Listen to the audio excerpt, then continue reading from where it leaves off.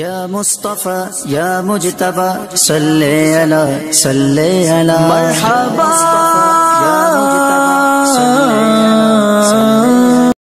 Islamic world کے محترم احباب، السلام علیکم ورحمۃ اللہ وبرکاتہ۔ ناظرین گرامی، اسلامک ویڈیوز دیکھنے کے لیے ہمارے چینل اسلامک ورلڈ کو سبسکرائب کریں تاکہ ہماری ہر آنے والی ویڈیو آپ تک بآسانی پہنچ سکیں۔ ناظرین محترم، آج آپ کو اصحاب فیل کا واقعہ سنائیں گے، تو واقعہ شروع کرنے سے پہلے بسم اللہ شریف پڑھ لیتے ہیں۔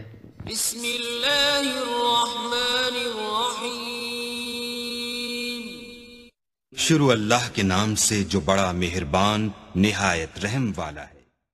حضور اکرم صلی اللہ علیہ وسلم کی پیدائش سے صرف 55 دن پہلے یمن کا بادشاہ ابرہہ اپنے ہاتھیوں کی فوج لے کر کعبہ شریف ڈھانے کے لیے مکہ مکرمہ پر حملہ آور ہوا تھا۔ اس کا سبب یہ تھا کہ ابرہہ نے یمن کے دارالسلطنت صنعاء میں ایک بہت ہی شاندار اور عالی شان گرجا گھر بنایا تھا، اور یہ کوشش کرنے لگا کہ عرب کے لوگ بجائے خانہ کعبہ کے یمن آ کر اس گرجا گھر کا حج کیا کریں۔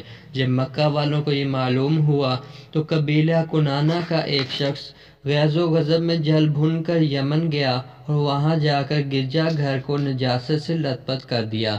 جب ابرہہ نے یہ واقعہ سنا تو وہ طیش میں آپے سے باہر ہو گیا اور خانہ کعبہ کو ڈھانے کے لیے ہاتھیوں کی فوج لے کر مکہ مکرمہ پر حملہ کر دیا، اور اس کی فوج کے اگلے سپاہیوں نے مکہ والوں کے تمام اونٹوں اور دوسرے مویشیوں کو بھی چھین لیا۔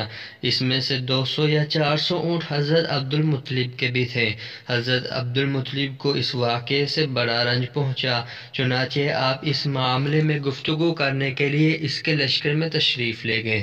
جب ابرہہ کو معلوم ہوا کہ قریش کا سردار اس سے ملاقات کرنے کے لیے آیا ہے تو اس نے آپ کو اپنے خیمے میں بلا لیا، اور جب حضرت عبد المطلب کو دیکھا کہ ایک بلند قامت، رعبدار اور نہایت ہی حسین و جمیل آدمی ہیں جن کی پیشانی پر نور نبوت کا جاہ و جلال چمک رہا ہے، تو صورت دیکھتے ہی ابرہہ مرعوب ہو گیا اور بے اختیار تخت شاہی سے اتر کر آپ کی تعظیم و تکریم کے لیے کھڑا ہو گیا اور اپنے برابر بٹھا کر دریافت کیا کہ کہیے سردار قریش، یہاں آپ کی تشریف آوری کا کیا مقصد ہے؟ حضرت عبد المطلب نے جواب دیا کہ ہمارے اونٹ اور بکریاں وغیرہ جو آپ کے لشکر کے سپاہی لے آئے ہیں، آپ ان سب مویشیوں کو ہمارے سپرد کر دیجئے۔ یہ سن کر ابرہہ نے کہا کہ اے سردار قریش، میں تو یہ سمجھتا تھا کہ آپ بہت ہی حوصلہ مند اور شاندار آدمی ہیں، مگر آپ نے مجھ سے اپنے اونٹوں کا سوال کر کے میری نظروں میں اپنا وقار کم کر دیا۔ اونٹ اور بکری کی کیا حقیقت؟ میں تو آپ کے کعبہ کو توڑ پھوڑ کر تباہ کرنے آیا ہوں۔ آپ نے اس بارے میں کوئی گفتگو نہیں کی۔ حضرت عبد المطلب نے کہا کہ مجھے تو اپنے اونٹوں سے مطلب ہے، کعبہ میرا گھر نہیں ہے بلکہ وہ خدا کا گھر ہے، وہ خود اپنے گھر کو بچا لے گا، مجھے کعبہ کی ذرا بھی فکر نہیں ہے۔ یہ سن کر ابرہہ نے اپنے فرعونی لہجے میں کہنے لگا، اے سردار مکہ، سن لیجئے، میں کعبہ کو ڈھا کر اس کی اینٹ سے اینٹ بجا دوں گا اور روئے زمین سے اس کا نام و نشان مٹا دوں گا، کیونکہ مکہ والوں نے میرے گرجا گھر کی بڑی بے حرمتی کی ہے، اس لیے میں اس کا انتقام لینے کے لیے کعبہ کو ڈھا دینا ضروری سمجھتا ہوں۔ حضرت عبد المطلب نے فرمایا کہ پھر آپ جانے اور خدا جانے، میں آپ سے سفارش کرنے والا کون؟ اس گفتگو کے بعد ابرہہ نے تمام جانوروں کو واپس کر دینے کا حکم دے دیا۔ حضرت عبد المطلب تمام اونٹوں اور بکریوں کو ساتھ لے کر اپنے گھر چلے آئے اور مکہ والوں سے فرمایا کہ تم لوگ اپنے مال مویشیوں کو لے کر مکہ سے باہر نکل جاؤ اور پہاڑوں کی چوٹیوں پر چڑھ کر اور دروں میں چھپ کر پناہ لو۔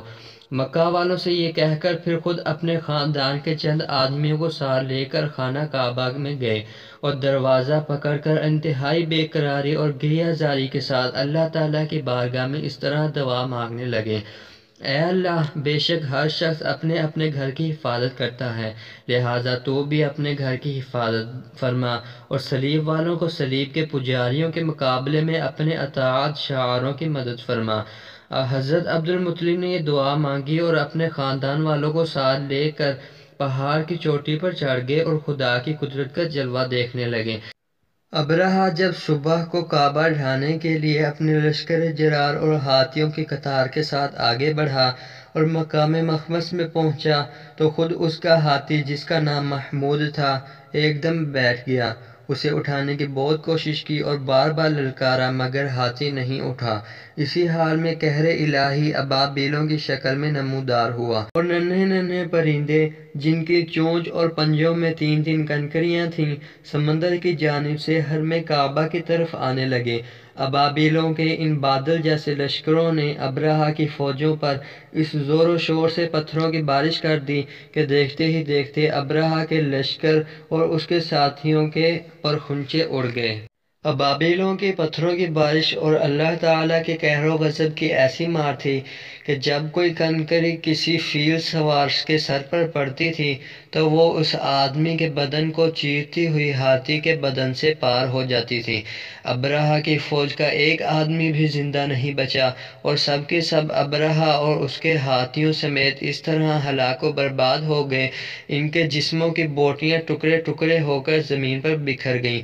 چنانچہ قرآن مجید کی سورۃ الفیل میں خداوند قدوس نے اس واقعے کا ذکر کرتے ہوئے ارشاد فرمایا، جس کا ترجمہ یہ ہے، یعنی اے محبوب، کیا آپ نے نہ دیکھا کہ آپ کے رب نے ان ہاتھی والوں کا کیا حال کر ڈالا؟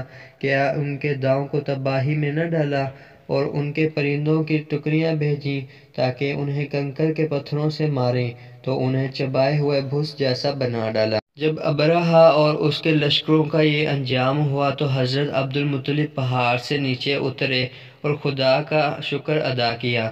ان کی اس کرامت کا دور دور تک چرچا ہو گیا اور تمام اہل عرب ان کو ایک خدا رسیدہ بزرگ کی حیثیت سے قابل احترام سمجھنے لگے۔ ناظرین محترم، اسی طرح کی اسلامک ویڈیوز دیکھنے کے لیے ہمارے چینل اسلامک ورلڈ کو سبسکرائب کریں، اور آپ کو ویڈیو اچھی لگی ہو تو اس ویڈیو کو لائک بھی ضرور کر دیں۔ آپ سے ملیں گے اگلی ویڈیو میں، تب تک اللہ حافظ۔